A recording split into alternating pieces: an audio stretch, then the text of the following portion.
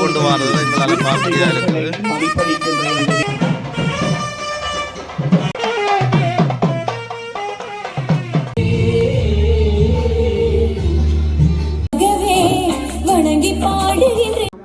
பிள்ளைகளுடைய அர்ப்பணிப்பும் கூட பாதையிலே நாங்கள் விடிவோடு வாழ்வோம். வணக்கம் உறவுகளே, நான் இன்றைக்கு நிற்கிறது ரெண்டாங்கட்டம் மிரசுமோட்டை ரெண்டாங்கட்டம்ன்ற இடத்துல நிற்கிறேன். இன்றைக்கு எங்களோட மாவீரர் பிள்ளைகளை பெற்றோர் வணங்குகின்ற இந்த நேர தருணத்தில் நாங்கள் இந்த இடத்துல நிற்கிறோம். அது மட்டும் இல்லாமல் இந்த பெற்றோர் கண்ணீர் மல்க தனது பிள்ளைகள் இருக்கிறார்கள் என்ற உறுதியோடு இந்த இடத்துல நிற்கிறாங்க. உண்மையில் இது எனக்கு கதைக்க முடியாது, இருந்தாலும் நான் அதை கதைத்தே ஆகணுமே. இந்த உறவுகள் இந்த காணொலியை பதிவு செய்து போடுங்கன்னு கேட்டதுக்கு அமைவாகத்தான் அந்த காணொலியை நான் பதிவு செய்து உங்களுக்கு தாரேன். ஆனால் உண்மையில் நீங்கள் இந்த காணொலியை இடையில் பார்த்துட்டு விடாமல் ஃபுல்லாக பாருங்கள். ஏனென்றால் வீரம் மிக்க எனது பிள்ளைகளின் அந்த மாவீர செல்வங்கள் பிள்ளைகளின் அந்த பிள்ளைகள் வருங்கால சந்ததிகளின் வீரமிக்க வசனங்களை நீங்கள் மறக்காமல் ஃபுல்லாக பாருங்கள். உண்மையில் என்னால் கூட இந்த வசனங்களை பாவிக்க முடியலை, கதைக்க முடியலை. தொடர்ந்து காணொலியை பாருங்கள் வாங்க.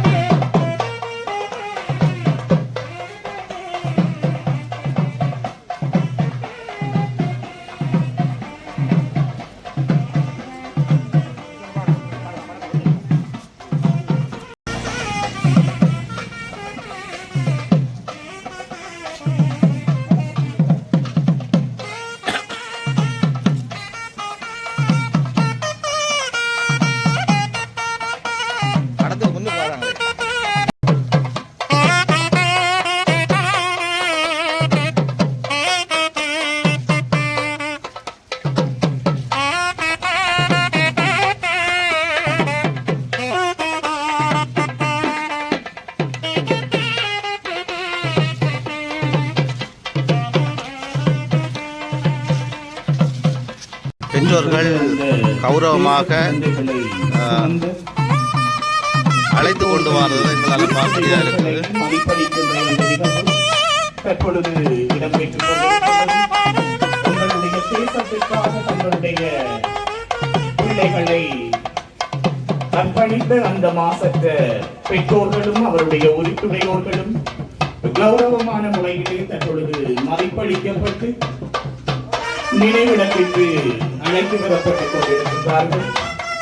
நாதஸ்வர இசை முழங்கு எம் கார்த்திகை தெய்வங்களை கைதொழுகின்ற அந்த தருணத்திற்காக நாங்கள் அனைவரும் ஒன்று கூடியிருக்கின்றோம். எங்கள் தேசத்தினுடைய விடுதலைக்காக, மக்களினுடைய வாழ்வுக்காக தங்களை தியாகம் செய்த அந்த மாசற்ற மறவர்களை நாம் நினைக்கின்ற பொழுது இது வெறும் நம் தேச மறவர்கள் ஒளியா. அடுத்ததாக மாவீரர்களினுடைய பொதுப்படத்திற்கு பிரதேசத்திலே மறக்க முடியாத ஒரு மாவீரர், ஏராளமான திறமைகளை தன்னகத்தே கொண்டவர், ஒரு மிகப்பெரிய பேச்சாளர், ஒரு மிகப்பெரிய அறிவாளி, ஒரு கணித மேதை, எதிர்காலத்திலே பொறியியலாளராக தன்னை வரித்துக் கொள்ள வேண்டியவர், வரிப்புலியாக தன்னை மாற்றியவர். அப்படிப்பட்ட அந்த மகத்தான மாவீரனினுடைய தாயார் மாவீரர்களினுடைய பொதுப்படத்திற்கு தற்பொழுது மலர் மாலை அணிவிக்கின்றார்.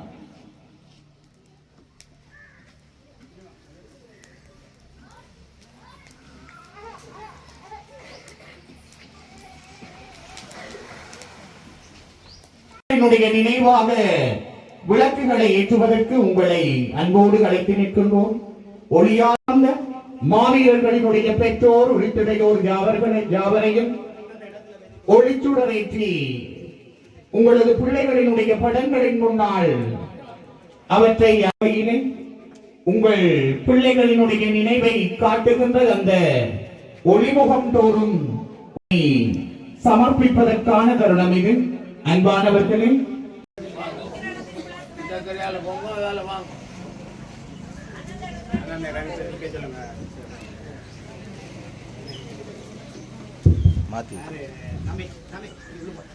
அன்பார்ந்த பெற்றோர்களே, நீங்களை நினைவுறுத்திக் கொள்ளுங்கள். சிந்தையில் வென்றிட விடாது எங்கள் மறவர்கள் களம் சென்று நெஞ்சிருக்கின்ற இந்த தருணத்திலே இந்த கார்த்திகை மாதம் தனக்குரிய ஒரு கனதியை தன்னகத்தை கொண்டிருக்கின்றது. மேனியெல்லாம் மாசற்ற மறவர்கள், மண்ணுக்காக தங்களை அர்ப்பணம் செய்தவர்கள். காத்திட்ட மண் இது. இந்த மண்ணுக்காய் அவர்கள் தங்களை தியாகம் செய்திட்ட பொழுதுகளை நினைக்கின்ற தருணம் இது. எங்கள் சந்ததிகள் உடுக்க கந்தையுமின்றி உடனிருந்த தந்தையுமின்றி மந்தைகளாய் பார்த்து நம் கார்த்திகை தெய்வங்கள் விதித்து போன காலங்களும் நமகத்தே இருக்கின்றது. அவர்களை கைதொழுவதற்காக எத்தனையோ மேடைகள் ஏறி கட்டளைகள் கேட்க வேண்டிய காலங்களும் இருந்தது. இருப்பினும் காலத்தினுடைய தேவை கருதி நம் மாசற்ற மறவர்களை சுதந்திரமாய் நாம் வணங்குகின்ற தருணமாக இது மாறியிருக்கிறது.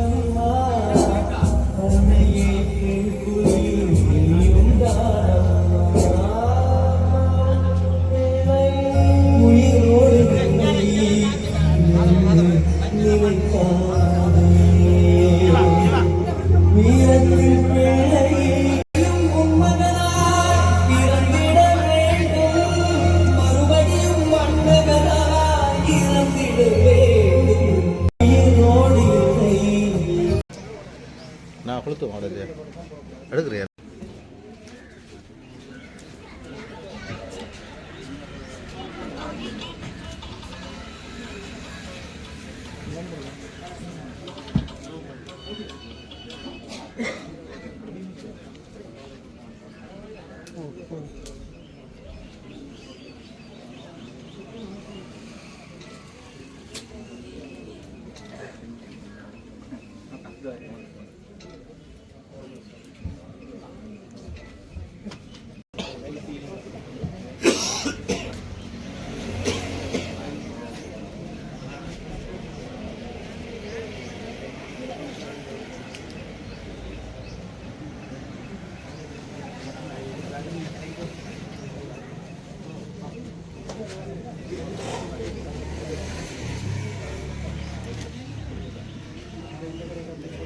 பளிக்கின்ற நிகழ்வினுடைய அடுத்த நிகழ்வாக எங்கள் மாவீரர் தெய்வங்களை மலரஞ்சலிக்காக உங்கள் ஒவ்வொருவரையும் ஒழுங்கு வரிசையுடன் அழைத்திருக்கின்றோம். அன்பான பெற்றோர்களே, எங்கள் தேசத்து தெய்வங்களை அஞ்சலிக்கின்ற தருணம் நீங்கள் அமைதியாகவும் ஒழுங்குமுறையாகவும் அஞ்சலிக்கும் நிகழ்விலே கலந்து கொள்வதற்கு உங்களை வரிசையாக அழைத்திருக்கின்றோம்.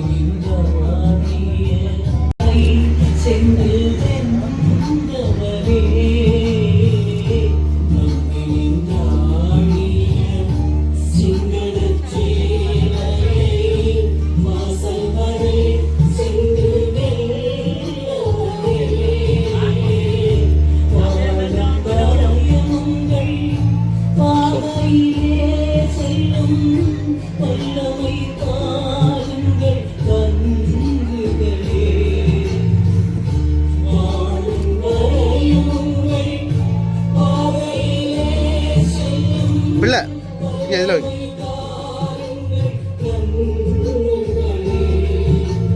இப்போ வைங்க.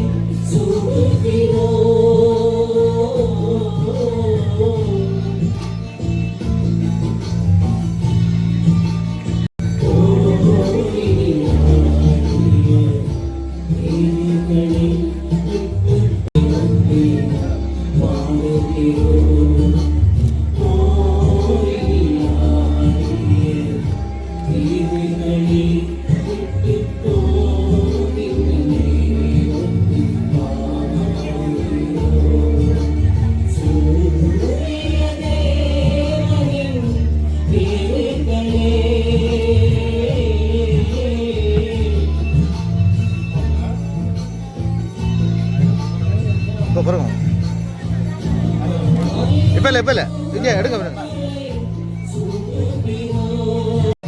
பாருங்க.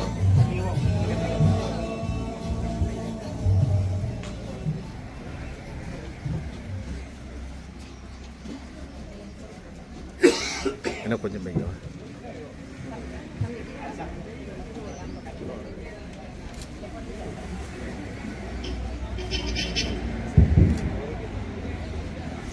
கார்த்திகை தெய்வங்களை கைகொள்ளும் நேரத்திலே ஜானது எங்களுடைய புலம்பலை கேட்டு அலம்பல் செய்வது. வாருங்கள், இது கார்த்திகை தெய்வங்களை கைதொழும் நேரம். இது எம் முந்தைய 1000 ஆண்டு செமல்களை நினைக்கும் இந்த தருணத்தில் எங்கள் சந்ததிகள் உடுக்க கந்தையுமின்றி உடனிருந்த தந்தையுமின்றி மந்தைகளாய் நிற்பதை பார்த்து அகிலமே விதிர்த்து போன நேரத்தில் எங்கள் தேசத்தின் விடுதலைக்காய் தங்களை அர்ப்பணித்த அந்த தெய்வங்களை கைதொழுது நிற்கின்ற இந்த தருணம், நீங்கள் செல்லும் பாதைகளெங்கும் உங்கள் காலடிகளை உரத்தமிழ் பயிரே போற்றி, விசைத்தமிழ் விழியே போற்றி, வினைத்தமிழ் விடையே போற்றி, இனத்தமிழ் இசையே போற்றி போற்றி. மாவீரர்களை அஞ்சலிக்கும் முகமாகவும் பெற்றோர் விட்டுடையோரை வரவேற்கும் முகமாகவும் வரவேற்பு நடனம் இடம்பெறும்.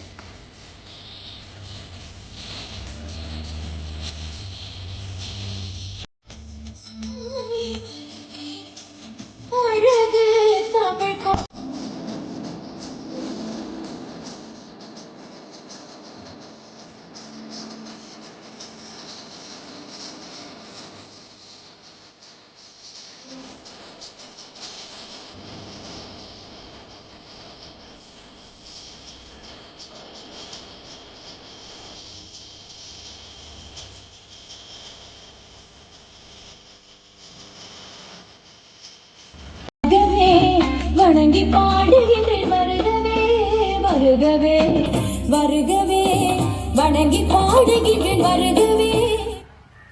கிடைத்த ஒரு புதல்வி. இவருடைய காலத்திலே எங்களுடைய மண்ணின் பெருமை உலகறிய பேசுவதற்கு இவருடைய பேச்சு என்று ஒரு நாள் பதிலாகும். ஆகவே அவருக்கு மீண்டும் மனமார்ந்த நன்றிகளை தெரிவித்து ஈகம் செய்த மாவீரர்களை நினைவிலே கொண்டு அந்த ஒப்பற்ற மறவர்களை இந்த மண்ணுக்காக உவந்தளித்த அன்புக்குரிய அம்மாக்களே, அப்பாக்களே, உரித்துடையோர்களே, இந்த நிகழ்வினுடைய ஏற்பாட்டாளர்களே, கூடியிருக்கின்ற பெரியோர்களே, உங்கள் எல்லோருக்கும் என்னுடைய அன்பான வணக்கம். கால வரலாற்றில் ஒவ்வொரு இனமும் ஒவ்வொரு ஜீவராசிகளும் தங்களுடைய இருப்புக்காக, தங்களுடைய உயிர் வாழ்தலுக்காக போராடி மடிகின்றன என்பது இயற்கையின் நியதி. ஈழத்தமிழினம் இந்த மண்ணிலே தோன்றி வளர்ந்து இந்த மண்ணிலேயே தன்னுடைய வாழ்வை அர்ப்பணித்து இந்த மண்ணின் விடுதலைக்காக மிகப்பெரிய போராட்டத்தை நடத்திய உலக வரலாற்றில் மிக உன்னதமான ஒரு இனமாக எங்கள் இனம் பார்க்கப்படுகிறது. எங்களுடைய இனத்தை பற்றி யாரும் பேசுகிறார்கள், ஈழத்தமிழர்கள் பற்றி உலகத்திலே எழுதப்படுகிறது என்றால் அதற்கு முன்னாலே ஒவ்வொரு மாவீரர்களுடைய பெயர்களும் ஒவ்வொரு மாவீரர்களுடைய உயிர் தியாகமும் உன்னதமானதாக பதிக்கப்படுகிறது. இது ஒரு வெறும் சடங்கு நிகழ்வு அல்ல. என் அன்புக்குரிய பெற்றோர்களே, உரித்துடையோரே, உங்களுக்கு ஆறுதல் சொல்லக்கூடிய அளவு எங்களுக்கு தகுதி இல்லை. நீங்கள் தான் இந்த பிள்ளைகளை இந்த மண்ணுக்கு உவந்தளித்தவர்கள். எத்தனையோ மிகப்பெரிய தளபதிகளை, மிகப்பெரிய போராளிகளை, உன்னதமான உயிர்களை இந்த மண்ணுக்கு தந்தவர்கள் நீங்கள். ஒரு தாயின் மடியிலே 10 மாதம் சுமந்து பெற்றெடுத்து சீராட்டி வளர்த்து தந்தை இதன் தோளிலே போட்டு தனக்கு பிறகு அவன் இந்த சுமைகளை சுமப்பான் என்ற கனவுகளோடு வாழ்ந்த ஒரு அம்மாவின் கனவுகள், ஒரு தந்தையின் கனவுகள் எல்லாம் ஒரு பிள்ளைகளுக்கு பின்னால், உங்கள் பிள்ளைகளுக்கு பின்னால் உங்கள் மனங்களில் இருந்தது. எதிர்காலத்தில் என் பிள்ளை பால் தான் வரித்து கொண்ட தேசிய தலைவருடைய பிரபாகரன் என்கிற நாமத்தோடு இந்த தேச விடுதலைக்காக தங்கள் உயிர்களை உரமாக்கியவர்கள் உங்கள் பிள்ளைகள். அந்த பிள்ளைகளுடைய நினைவுகளை நாங்கள் நினைப்பதென்பது, வணங்குவதென்பது ஒரு காலக்கிரமத்தில் நடக்கின்ற சடங்கு நிகழ்வல்ல. இது ஒரு உன்னதமான உயர்ந்த நிகழ்வு. நாங்கள் எங்கள் பிள்ளைகளை நினைக்கவில்லை என்றால், நாங்கள் எங்கள் சமூகத்திலே எங்களுக்காக வாழ்ந்தவர்களை வணங்கவில்லை என்றால் யார் இதை செய்வார்கள்? இன்னும் இன்னும் எங்களை அவர்கள் எங்கு ஒரு மூலையிலே கொச்சைப்படுத்தி தள்ளி விடுவார்கள். இன்று உலகத்தில் பிள்ளைகளுடைய அர்ப்பணிப்பும் கூட கடந்த 2-3 நாட்களுக்கு முதல் கனடாவிலே புலிக்கொடியை தேசிய கொடியாக அந்த நாடு அங்கீகரித்திருக்கிறது. அந்த நாட்டிலே அந்த கொடிக்கான முக்கியத்துவத்தை வழங்கியிருக்கிறது. இங்கே புலிக்கொடிக்கு தடை இருக்கிறது. கனடாவிலே அதனை தேசிய கொடியாக பிரம்டன் மாநிலம் அங்கீகாரம் வழங்கியிருக்கிறது. காரணம், இதற்கு பின்னாலே ஒவ்வொரு ஆயிரம் மாவீரர்களுடைய தியாகங்கள் தான் அந்த உன்னதமானது. ஆகவேதான் நான் குறிப்பிடுவது, இது வெறுமனே உங்களை ஆறுதல் படுத்துகின்ற இல்லை. வருடத்தில் ஒரு முறை எங்கள் பிள்ளைகளை நாங்கள் விதைத்த இடத்தில் தேடுகிறோம். வருடத்தில் ஒரு முறை எங்கள் பிள்ளைகளோடு எங்களோடு பேச வருகிறார்கள். அவருடைய கல்லறைகளை சென்று நாங்கள் பார்க்கிறோம். அவர்களுடைய படங்களை வைத்து நாங்கள் வணங்குகிறோம். ஒரு முறை அவர்களை நாங்கள் மீட்டு பார்க்கிறோம். காரணம், பிள்ளைகள் எங்களோடு வாழ்கிறார்கள். அந்த வீரர்கள் எங்களோடு இருக்கிறார்கள். திரும்பி பாருங்கள், எங்களோடு வாழ்ந்த பிள்ளைகள் இன்று உயிரோடு இருந்தால் அவனுக்கு எத்தனை வயசு இருக்கும்? அவன் திருமணம் முடித்திருப்பான், அவனுக்கு பிள்ளைகள் இருக்கும், பேர பிள்ளைகள் இருக்கும், அல்லது அவனது மிகப்பெரிய கல்விமானாக இருப்பான், அல்லது அவனது மிகப்பெரிய பொறியியலாளராக இருப்பான், அவன் மிகப்பெரிய ஒரு மருத்துவராக இருப்பார். இப்படி நாங்கள் பல துறைகளிலே எங்கள் பிள்ளைகளை நினைக்கிறோம், நினைத்து கொண்டிருக்கிறோம். அவ்வாறான உன்னதமான உயர்ந்த பிள்ளைகளைத்தான், மிக கெட்டித்தனமான பிள்ளைகளைத்தான் நாங்கள் இந்த மண்ணுக்கு உவந்தளித்திருக்கிறோம். ஆகவே சாதாரணமான பெருமதியற்றதல்ல இந்த விழா. இது மிக மிக பெருமதி வாய்ந்தது. இந்த நிகழ்வு என்பது மனதாலே நாங்கள் வணங்குகின்ற நிகழ்வு. மிகப்பெரிய உன்னதமான ஒரு லட்சியத்தை தன்னுடைய இதயத்திலே சுமந்து, எந்த தலைவனுடைய கண் சிமிட்டலுக்கு வழிகாட்டி, தன்னுடைய தாயை, தந்தையை, சகோதரர்களை எல்லாம் ஒருபுறம் வைத்து, என் தேசம், என்னுடைய மண், என்னுடைய விடுதலை என்பதை தன்னுடைய ஆத்மார்த்தமாக எடுத்து பயணம் செய்த ஒவ்வொரு வீரனும் மாவீரனே. அந்த வீரர்களுடைய நினைவு நாள் தான் இந்த கார்த்திகை என்பது.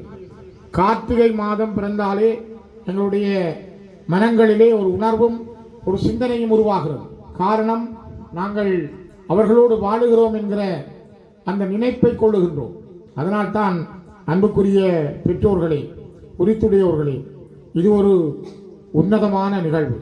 எங்கள் பிள்ளைகளை நாங்கள் மனதிலே ஏற்றி போற்றுகின்ற, பிள்ளைகளை நினைக்கின்ற, அவர்களை வணங்குகின்ற நாள். இதே வெறுமனே இதோடு விடுவதல்ல, அடுத்த சந்ததிக்கு நாங்கள் கொண்டு செல்லுகிறோம். நான் நினைக்கிறேன், இங்கு பாடல் பாடிய சிறுவன் இந்த யுத்தம் நடக்கும் பொழுது பிறந்திருப்பானோ எனக்கு தெரியாது. அதே போல இங்கு கவிதை படித்த சிறுமி யுத்தம் நடந்த பொழுது அவர் இங்கு இந்த மண்ணிலே அவதரித்திருப்பாரோ எனக்கு தெரியாது. ஆனால் நீங்கள் காட்டிய வழியிலே அவர்கள் கவிதை படிக்கிறார்கள், பாடல் படிக்கிறார்கள் என்றால் நாங்கள் மிக பெருமதியாக அடுத்தவரிடம் இந்த சக்தியை, இந்த சந்ததியை நாங்கள் ஒப்படைக்கிறோம். அருமையாக உரையாற்றிய மாணவியை பார்த்தீர்கள். மிகவும் உன்னதமாக உணர்வோடு எங்கள் தேச புயல்களை அந்த பிள்ளை நினைக்கிறாள் என்றால், அந்த பிள்ளை உங்களிடம் சொல்கிறாள் என்றால், நாங்கள் பெற்ற பிள்ளைகள், உங்களுடைய குழந்தைகள் இங்கே வாழ்கிறார்கள், அவர்கள் உங்களோடு இருக்கிறார்கள். அதனைத்தான் இந்த நிகழ்வு எங்களுக்கு அடையாளப்படுத்துகிறது. ஆகவேதான் நாங்கள் வெறுமனே ஏமாற்றப்பட்ட இனமல்ல, நாங்கள் தோற்று போன இனமல்ல, நாங்கள் இந்த மண்ணிலே வாழுகின்ற இனம். எங்களுக்கான வாழ்க்கை பாதை திறக்கப்படுகிறது. அதற்கான காலம் மாறி இருக்கிறது. எங்களுடைய உன்னதமான போராளிகளுடைய கனவுகளும் அந்த மாவீரர்களுடைய எண்ணங்களும் எங்களுக்கான புதிய பயணத்தை தருகிறது, புதிய நம்பிக்கைகளை தருகிறது. அந்த நம்பிக்கைகளும் பயணமும் எங்களை விட்டு போக முடியாது. இவர்கள் மிக புனிதமானவர்கள். உங்களுக்கு தெரியும், எங்களுடைய பிள்ளை இயக்கத்திலே போராளியாக இருந்த பொழுது ஒரு நாள் அவன் ஒரு மது அருந்தி இருப்பானா, அவன் ஒரு புகைத்தலை செய்திருப்பானா, அல்லது அவனிடம் ஒரு கெட்ட பழக்கம் இருந்ததா, ஏதாவது உங்களுடைய பிள்ளையிடம் இருந்ததா? ஒரு போதை வஸ்து என்பதை புலிகள் இருந்த காலத்தில் நாங்கள் அறிந்திருக்கிறோமா? ஆகவே எவ்வளவு புனிதமான, மிக இறுக்கமான, நேர்த்தியான பிள்ளைகளாக உங்கள் பிள்ளைகள் இருந்திருக்கிறார்கள். உங்கள் பிள்ளைகள் இந்த மண்ணை எவ்வளவு தூரம் நேசித்திருக்கிறார்கள். அவர்கள் போதைக்கு அடிமையாகவில்லை, அவர்கள் குடிகாரர்களாக இருக்கவில்லை, அவர்கள் புகைக்கவில்லை. தன்னுடைய மனதிலே இருந்த ஒரே ஒரு லட்சியம், என் தேசத்தின் விடுதலை, என் மக்களின் விடுதலை, என் தேசத்தினுடைய எதிர்காலம் என்பதை மட்டும் தன்னுடைய கனவுகளிலே வைத்திருந்தான். அவன் அழகான நகை போடவில்லை, அவன் அழகாக உடுப்புடுத்தவில்லை, அவன் களியாட்டங்களில் பங்கு பெற்றவில்லை. ஆனால் அவனோ அவளோ இந்த தேசத்தை நேசித்தார்கள். நேற்று முன்தினம் கூட இலங்கையின் பாராளுமன்றத்திலே போராட்டம் பற்றி அல்ல இந்த மக்களுடைய உணர்வுகளை புரிந்து கொள்ளாத இந்த நாட்டினுடைய ஒரு அமைச்சர் விமல் ரத்நாயக்கா சொல்றார், பிரபாகரன் குடுவித்தவரன். பிரபாகரன் குடுவித்திருந்தால் நான் நினைக்கிறேன் இன்றைக்கு சிங்கள தேசம் இருந்திருக்க முடியாது, அல்ல தமிழர்கள முழு பேரும் அழிந்திருக்க வேண்டும். ஒரு உன்னதமான தலைவன், ஒழுக்கம் நிறைந்த தலைவன், சுய ஒழுக்கம் கூடிய ஒரு தலைவனுக்கு கீழே எங்களுடைய பிள்ளைகள் ஒழுக்கத்தோடும் சுய ஒழுக்கத்தோடும் வாழ்ந்தவர்கள். அதனால்தான் இன்றைக்கும் நாங்கள் 16 ஆண்டுகள் யுத்தம் முடிந்தும் கூட நாங்கள் கொடிகளை கட்டி அலங்கரித்து எங்கள் பிள்ளைகளுக்கு படம் வைத்து வணங்குகிறோம். அதற்கு இயற்கை வழிவிட்டிருக்கிறது என்றால் அது ஒரு காலத்தின் கொடை. இதுதான் நேர்மை, நியாயம், கண்ணியம், அறத்தின் வழியான பயணத்துக்கு கிடைத்திருக்கின்ற மிகப்பெரிய அளவான வெற்றி. ஆகவே விமல் ரத்நாயக்கா போன்றவர்களுடைய கொச்சை பேச்சுகளுக்கோ அல்லது எங்களுடைய போராட்டத்தை கொச்சைப்படுத்துகின்ற வார்த்தைகளுக்கோ நாங்கள் எப்பொழுதும் அடிமையானவர்களும் அல்ல, அதனை கேட்டு பயந்தவர்களும் அல்ல. சிங்கள மக்கள் நியாயமானவர்கள், சிங்கள மக்கள் நல்லவர்கள், அவர்களிடம் நல்ல எண்ணங்கள் உண்டு. ஆனால் அந்த சிங்கள மக்களை வழிநடத்துகின்ற விமல் ரத்நாயக்கா போன்ற சிங்கள தலைவர்கள் எப்பொழுதும் நேர்மை உள்ளவர்கள் அல்ல. அவர்கள் இனவாதமும் மதவாதமும் மேலோங்கி இருக்கின்ற அந்த இனவாதத்தையும் மதவாதத்தையும் தங்களுடைய மனங்களிலே வைத்துக் கொண்டு தமிழர்களை அழிக்க நினைக்கின்ற மிகப்பெரிய பௌத்த சிந்தனை உடைய இனவாதிகள் தான் அவர்கள். ஆகவே இந்த நாட்டில் யாரும் எங்களுக்கு தீர்வை தருவதோ அல்ல அவர்கள் எங்களுக்கு ஒரு விடுதலையை தருவார்களோ என்றல்ல. உங்களுக்கு தெரியும், 3 நாட்களுக்கு முதல் திருவோணமலையிலே புத்தர் சிலையை வைக்கிறார்கள். அங்கு புத்த விகாரையும் இருக்கவில்லை, புத்தர் பாடசாலையும் இருக்கவில்லை. எடுக்கிறார்கள், பிறகு வைக்கிறார்கள். சிங்கள பௌத்த பேரினவாதம் என்பது எவ்வளவு தூரம் மேலோங்கி இருக்கிறது, எவ்வளவு தூரம் அது வீறு கொண்டு வெறி கொண்டு இருக்கிறது என்பதை திருவோணமலையிலே வைக்கப்பட்ட புத்தர் சிலையும் 3 நாட்களுக்கு முதல் பாராளுமன்றத்திலே பேசிய விமல் ரத்நாயக்காவுடைய அந்த மிக மோசமான இனவாத பேச்சும், இவர்கள் ஒரு காலமும் தமிழ் மக்களை நோக்கி நல்லெண்ணங்களை தரமாட்டார்கள், செய்ய மாட்டார்கள் என்பதை நாங்கள் எல்லோரும் புரிந்து கொள்ள வேண்டும். இந்த மண்ணில் கூட சிலர் இருக்கிறார்கள், என்பிபி என்றால் ஜேவிபி என்றால் ஏதோ அவர்களும் நல்லவர்கள் அல்லது அவர்கள் நீதியானவர்கள், அவரிடம் ஏதோ நல்ல எண்ணம் இருக்கிறது என்பது போல சொல்லுகின்ற சில அடிப்படை அறிவில்லாத மனிதர்களும் இங்கே இருக்கத்தான் செய்கிறார்கள். ஆனால் புத்தர் சிலை வைத்த பின்னும் எங்கள் தலைவன் குடுவித்தவன் என்று சொன்ன பிறகும் கூட ஒரு சரியான தமிழர்களாக நீங்கள் சிந்தியுங்கள். நாங்கள் இந்த மண்ணிலே எப்படி வாழ்ந்திருக்கிறோம், எப்படி வாழ்கிறோம். ஆகவே எங்களுடைய வாழ்க்கை என்பது நாங்கள் ஒன்று கூடி ஒரு விடுதலைக்காக போராடுகின்ற இனமாக இன்றும் நாங்கள் போராடுகிறோம். இந்த நிகழ்வு கூட ஒரு போராட்டம். இதற்கு பின்னாலே பல செய்திகள் உண்டு. உலகம் இதை மிக உன்னிப்பாக பார்க்கிறது, சர்வதேச சமூகம் பார்க்கிறது. யுத்தம் முடிந்து 16 ஆண்டுகள் ஆகிவிட்டது. எங்கேயுமே தமிழர்கள் ஒரு குண்டுகளையும் வெடிக்க வைக்கவில்லை, தமிழ் இளைஞர்கள் துப்பாக்கி தூக்கவில்லை இந்த 16 ஆண்டுகளில். ஆனால் தங்களோடு வாழ்ந்த பிள்ளைகளை, தங்களுக்காக போராடிய பிள்ளைகளை அவர்கள் மனதிலே நினைத்து விளக்கேற்றுகிறார்கள், பூ போடுகிறார்கள்.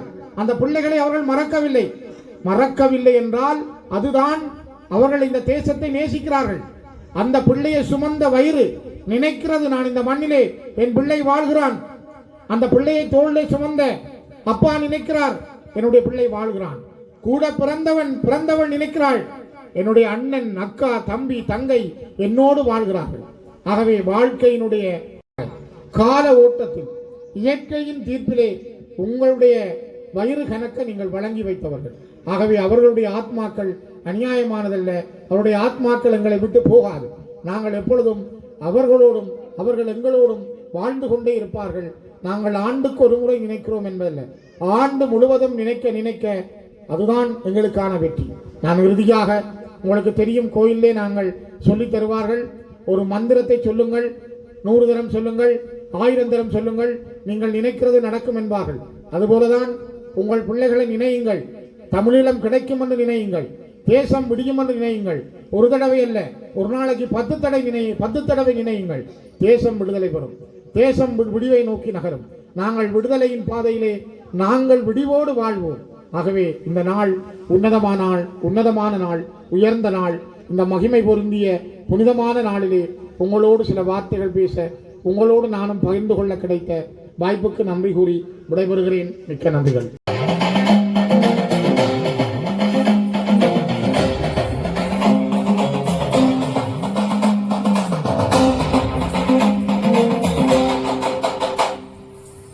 தமிழாக பொங்கி நிற்கிறோம், கொண்டு வந்து நிற்கிறோம். நாடாளுமன்ற உறுப்பினர் அவர்களே, கரத்தி பிரதேச சபை வசுமோட்டை வட்டார கௌரவ உறுப்பினர் தம்பி பாஸ்கரன் பாசி அவர்களே,